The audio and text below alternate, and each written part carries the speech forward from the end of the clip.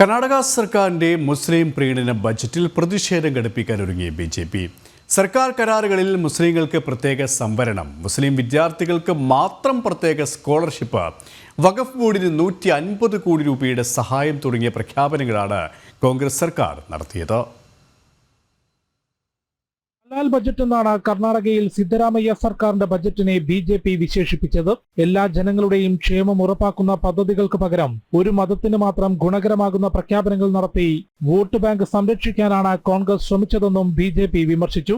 സർക്കാർ കരാറുകളിൽ മുസ്ലിമുകൾക്ക് പ്രത്യേക സംവരണം, മുസ്ലിം വിവാഹങ്ങൾക്ക് 50,000 രൂപ ധനസഹായം, മുസ്ലിം വിദ്യാർത്ഥികൾക്ക് മാത്രം പ്രത്യേക സ്കോളർഷിപ്പ്, മുസ്ലിം വിദ്യാർത്ഥികൾക്ക് നൽകുന്ന നാഷണൽ ഫോറിൻ സ്റ്റുഡന്റ് സ്കോളർഷിപ്പ് തുക 20 ലക്ഷം രൂപയിൽ നിന്ന് 30 ലക്ഷം രൂപയായി ഉയർത്തും, വഖഫ് സ്ഥാപനങ്ങളുടെ പരിപാലനത്തിന് 150 കോടി രൂപയുടെ സഹായം, ബംഗളൂരുവിലെ ഹജ്ജ് ഭവന്റെ വിപുലീകരണം, കർണാടക എക്സാമിനേഷൻ അതോറിറ്റിക്ക് കീഴിൽ മുസ്ലിം വിദ്യാർത്ഥികൾക്ക് മാത്രം 50% ഫീസ് ഇളവ് തുടങ്ങിയ പ്രഖ്യാപനങ്ങളാണ് കോൺഗ്രസ് ബജറ്റിൽ നടത്തിയത്.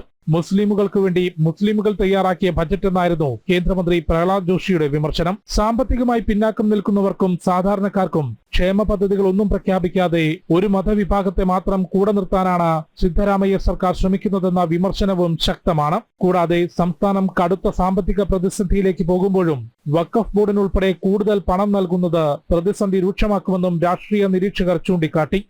ജനം, ഡൽഹി.